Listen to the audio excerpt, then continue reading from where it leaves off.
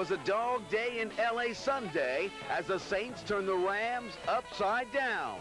Coming up, all the highlights from the rout of the Rams. We'll talk about the Saints' success up front with Lumpy. We'll go one-on-one with the ageless wonder, Rickey Jackson. And we'll show you how the Saints will go from the outhouse to the penthouse with their new practice facility. Catch it all on Saints Sideline next.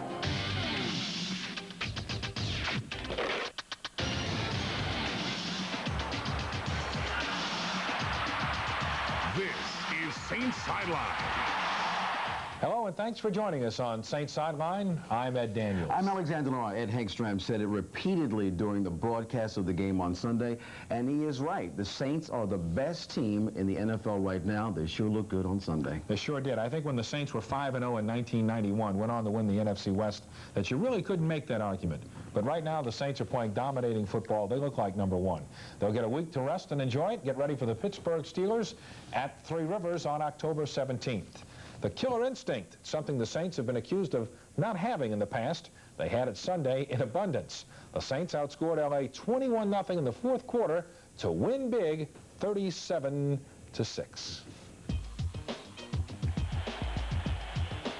As the Dodgers were ending the Giants' season across town, the Rams showed the Saints not their patented home run ball, but bowling ball Jerome Bettis. The ex-Notre Damer ran 7 times in a drive going from 20 to 20. The Rams got 3 and trailed only 13-6. We got a little lucky. A fake punt and a first down run by Tom Barnhart set up a Morton Anderson field goal. Then there was Wade Wilson throwing to Anthony Newman. Somehow Pat Newman caught it, and the Saints were on their way to 5-0. Everybody's telling us how good we are, and that's the last thing this team probably needs to hear is, we need to get away from that for a little bit. We're getting a lot of attention now. The bye will be good to get away and get our feet back on the ground and come back emotionally recharged, not to mention the physically, get healthy. The search for answers to the Saints' fast start naturally led to Rickey Jackson, whose strip of Jim Everett set up the Wilson to Newman connection. This team was a lot faster than normally the teams that we've been having in the past. A lot of guys on this team, a lot of special team guys got great speed, and and just a lot faster, seems like. Speed means big plays. From 5th round pick Tyrone Hughes, his 74-yard return and first NFL TD was the exclamation point on a win the Saints sculpted, not playing their best football. After the 37-6 win, Jim Mora would tell the Rams how much better they were. Same goes for his Saints. All right. 5-0. In the aftermath of the Saints' rout, they're calling for Jim Everett's head in Los Angeles, sports writers included. Here's what they're saying. Mike Penner of the Los Angeles Times writes, if ever there was a time for the Rams to make a change at quarterback, it is now. If the Rams were ever going to find out whether young T.J. Rubley, Mr. August, can cut it in a regular season NFL game, they will never have a better chance than in 10 days on the floor of Atlanta's Georgia Dome. At 16-37 in the 90s, with the wheels spinning in the mud, with Jim Everett, the Duncan Yo-Yo of professional quarterbacks, blowing wildly hot and cold from one Sunday to another, the next thing to do could be trying a new quarterback. And the company line excuse to date has been that Rubley hasn't had a lot of center snaps. The Rams ought to commence them immediately. What do they have to lose? Be nice if T.J. Rubley was in the game when the Saints play the Rams next time. Maybe he'll be in there. Saints can only hope. 5 games this year, the Saints have rushed for more than 150 yards 3 times, including Sunday in L.A. They did it once all of last year. Getting the bulk of the yardage has been the rookie from Nebraska, Derek Brown. Here is Derek Brown. Derek Brown ran well again Sunday, picking up 57 yards on 14 carries before being taken out in the third quarter. Brown has now rushed for an even 400 yards through 5 games. That's 3rd best in the NFC and on a pace to go over 1,200 yards for the year. No Saint runner has gained 600 yards in a season thus far in the 90s. We'll profile the Nebraska product next week. Coming up, though, Lumpy's super season. We'll visit with Saints guard Chris Port and talk about the improved play up front. And we'll have a special tour of the Saints David Drive practice facility. Those stories are next on Saints Sideline.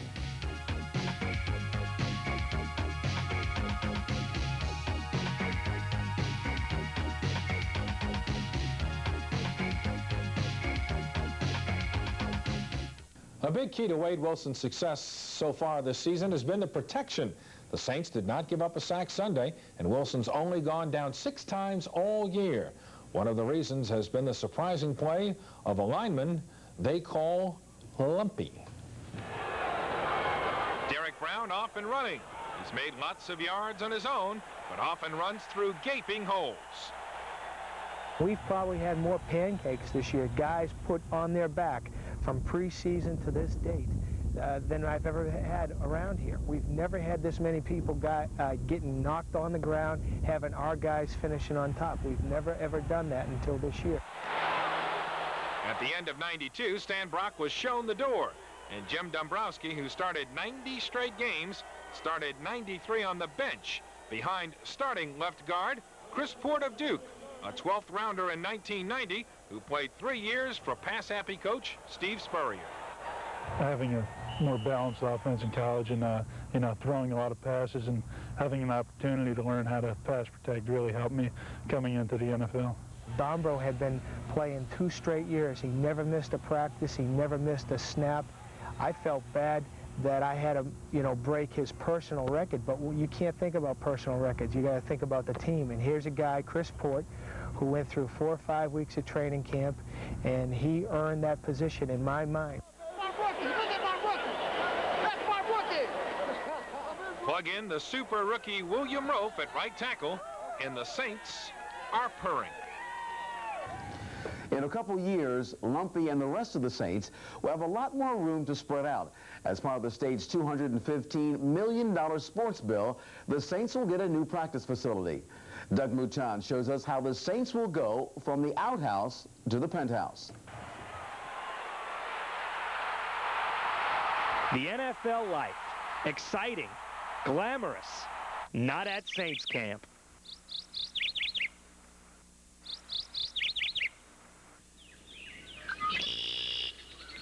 Whenever it starts to rain, we have an office pool on which office will have the first leak. This beautiful facility was built back in 1966 and was intended to last 5 years max, at which time the Saints would either expand or move. 27 years later, the Saints are still here, still practicing on this field. It's glamorous, all right. So glamorous that players have to cram into meeting rooms and share lockers because there simply isn't enough space. It's on its last legs, no question about it. It's on its last legs, nails, hinges, and everything else. This is my personal favorite stop on the tour of the Saints facility, the public relations shed. As you see the door going up, this place used to be an auto repair shop. We had to fill in the old grease pit with concrete. The people beside us are in a storage room, the video people. So this place has been added onto many, many times, and that's part of the problem, too. All these problems will come to an end by the 1995 season. The plans have been drawn. Construction begins in January and should take 14 to 18 months to complete. The Saints will have 12 acres on the LaSalle Tract in Metairie with 3 practice fields, more locker space, a better weight room, more of this, better that, all with an eye to the future. In the new age of free agency, we think that part of the recruiting process of bringing in new free agent professionals into this organization will be their impression of where we practice and how we practice. It's going to be an important tool. And certainly the dollar's always going to be the big thing. Where you're going to play, if you're going to play, that still is always going to take precedence. But I think this is a small part, and I think it's an important part. It'll be a landmark day in franchise history when the Saints move out of this facility. They'll lose a lot of character with the new place, to which the Saints say, thank God. I'm Doug Mouton for Saints Sideline. Coming up next, will he ever slow down? We'll go one-on-one with 13-year veteran Rickey Jackson when Saints Sideline continues.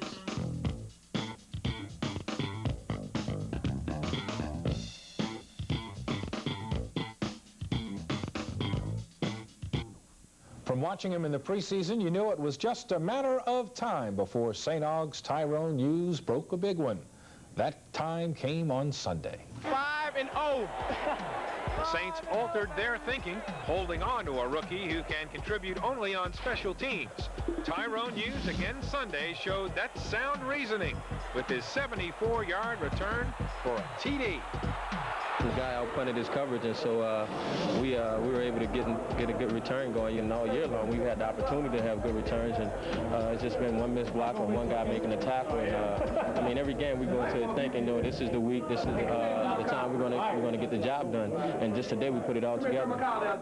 Early in the fourth quarter Sunday, Rickey Jackson stripped Jim Everett to cause a big turnover. Of course, number 57's been making plays like that one for 13 years now. And he says he can keep it up for at least a few more years. Tell me who Rickey Jackson is. Just an honest guy, a guy that try to give you a good day's work. Not going to half-step. If I come to work, come to work for business, come to work to try to get better every day.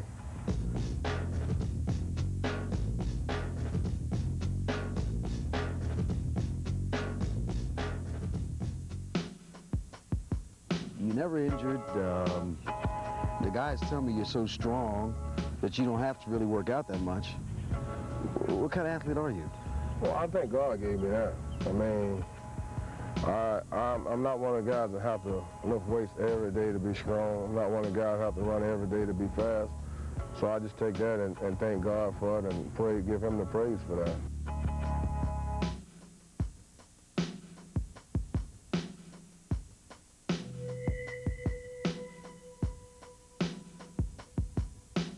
When you go out on the field against an opponent, whomever that may be, do you automatically in your head think that you're better than they are?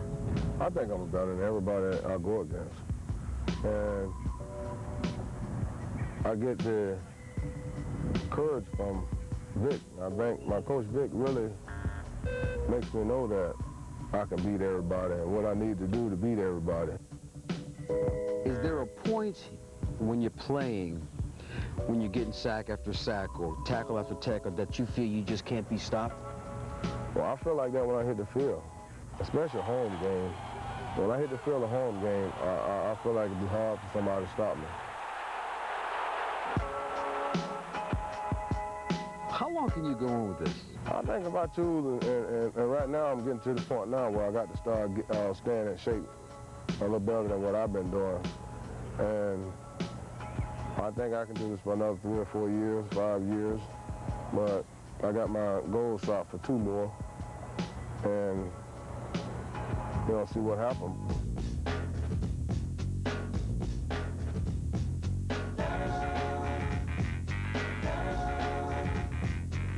Rickey Jackson teams with Wayne Martin on the left side of the Saints defense for one of the most dangerous combinations in the NFL. Now, number 93 is also teaming up with the St. Vincent de Paul Society for a very special program. Wayne Martin has pledged $25,000 a year for the next 4 years to develop transitional housing to help homeless families in New Orleans. That $100,000 will be matched by federal funds to get the program started. Sacked by Wayne Martin. That's a real small price to pay. I would feel to help families out, and I'm getting paid well, and I feel blessed, and I just want to let somebody else feel blessed along with me, and I think this is a good way to do it. Up next, more from the Saints' win over the Rams. Buford Jordan will join us to talk about the improved special teams play when Saints Sideline continues.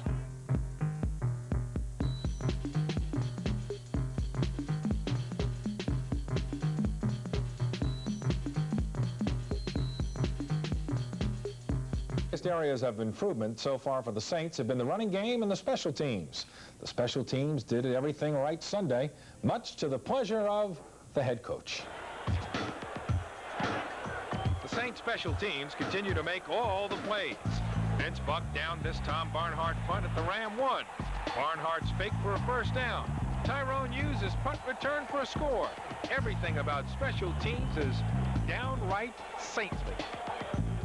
Maybe, yeah, that's one surprise. Not so much a surprise, but pleased to see how well the special teams is going, because I think the first couple of games, you know, the coach was really getting on the guys and saying, hey, we've got to pick it up, we've got to do better if we want to be successful. And to see, you know, how they've responded, you know, the past few weeks, it's not, I won't say it's a surprise, but it's a very good feeling to see those guys go out there and play as well as they did today. Tyrone Hughes' big return capped an outstanding effort on special teams Sunday. To talk about that effort, we now go on the bench with Buford Jordan. Buford, overall, have you seen a big improvement on special teams so far? Yes, there has been a big improvement. The special teams has helped the team, you know, put a lot of teams in hole, give them bad drive start averages, so it has been a big improvement. Buford, let's look at the Tyrone Hughes punt return from yesterday, 74 yards. You can't underestimate the importance of holding on to Tyrone Hughes and keeping him on the roster this year. That was a big move, right? It really was, you know, because the guy makes a nice move here, then just breaks a tackle and just pure speed here. He just runs away from everybody, and that's what you look for in a returner, and it's definitely helped the Saints' return game, and it will. I would have said that would have been a terrible embarrassment for the kicker to catch him, but he wasn't close. Just kidding. All right, Jim Everett. Here's a guy who's really under a lot of fire in Los Angeles. He did not play a good game yesterday, but they're talking about T.J. Rubley out there. Have they lost it? Well, you know how things are. They want anybody to come in there and maybe change things around, and that's what's happening with them right now. So, you know, that's why they're looking for any hope they can get. Okay, go ahead. Jerome Bettis, 110 yards, 22 carries. He just kept banging away. He couldn't get in the end zone. Yeah, he did. He's a big, strong back. He reminds me of Ironhead, the way he runs hard and just continues to run. And, you know, he's a big guy to bring down. Naturally, a lot of people in this town want to talk about the Super Bowl. I think the big thing you want to do is talk about the next few weeks. And the schedule certainly looks like it's in the Saints' favor. The next 5 weeks, of course, they're off this week, and then they go to Pittsburgh at Three Rivers on the 17th. Then they come home and play the Falcons. They're almost a lock in that game, you would think. Then they go out to Phoenix, and they're open again. So you're looking at a situation where they could get into the teeth of November at 8-0, and the next 3 weeks, next 3 games, they play at teams with combined records of 3-10. So it's really slanted their way, right? It is, you know. But the thing is, you know, right now with this break, that's what they have to think about. They can't go and get complacent with what they've done, but they have to come back after this little break and work hard, because these teams can come back and beat you just like Tampa Bay did to Detroit. Yeah. What's happened to this team? They have a couple changes on offense, on defense, but how has this team gelled together? I think they've gelled together real well. You know, the thing that I have to commend is that the offensive coaches are making, you know, a good game plan, and the thing is they're mixing things up a whole lot, something that I hadn't seen in a while with playing with them. So, you know, you have to compliment them. They've opened that up for the offense, and it's helped out a lot. All right, Buf, next week, the bye week. Don't get any ideas that you have a week off now. You need to come back and talk about the Pittsburgh Steelers. We'll hold you to it. Coming up next, we'll check out the rest of the NFC West as Saints Sideline continues. DMI New Orleans keeps the Saints 2 games up in the NFC West. Here's how it stands. The Saints are the only 5-0 team in the NFL. San Francisco beat Minnesota to keep pace. The Niners are 3-2.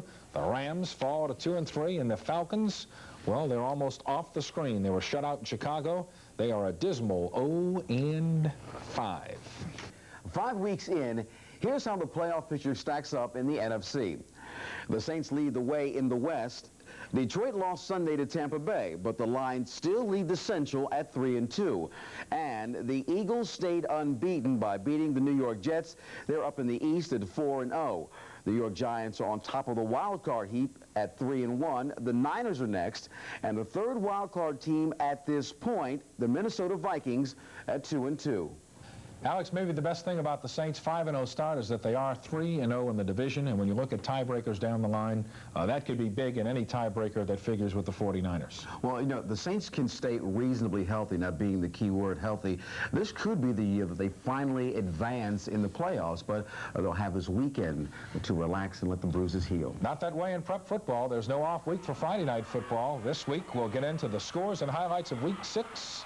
That's all Friday night on Friday Night Football at 10:30 right here on WGNO 26. Want to stay tuned for that. I'm Ed Daniels. I'm Alexander Laurent. We'll see you next week on Saints Sideline. Good night. How's it feel for you to go into the bye? It's nice. It's going to be nice to have a week off and get a little bit of rest and come back next couple of weeks. What about that 5-0? I love it. When you win, everything seems a lot better than it is. Believe me, we have a lot of work to do. We have things to go back and get corrected, but right now we're 5-0 and we're going up to a week off. I think we'll enjoy it. Hopefully we can get some guys back off injury and get ready for the big push. It feels real good. I think it was important. The guys knew what we were capable of doing. We knew we had an opportunity to do it. I was sort of, before we even started the season, I just had a feeling we could if we went out there and played real hard. Tell me how does it feel going into the bye week at 5-0? Well, we don't have tomorrow off, so it don't feel that good. We still got to work tomorrow. I wish we had tomorrow off. It'll feel a lot better.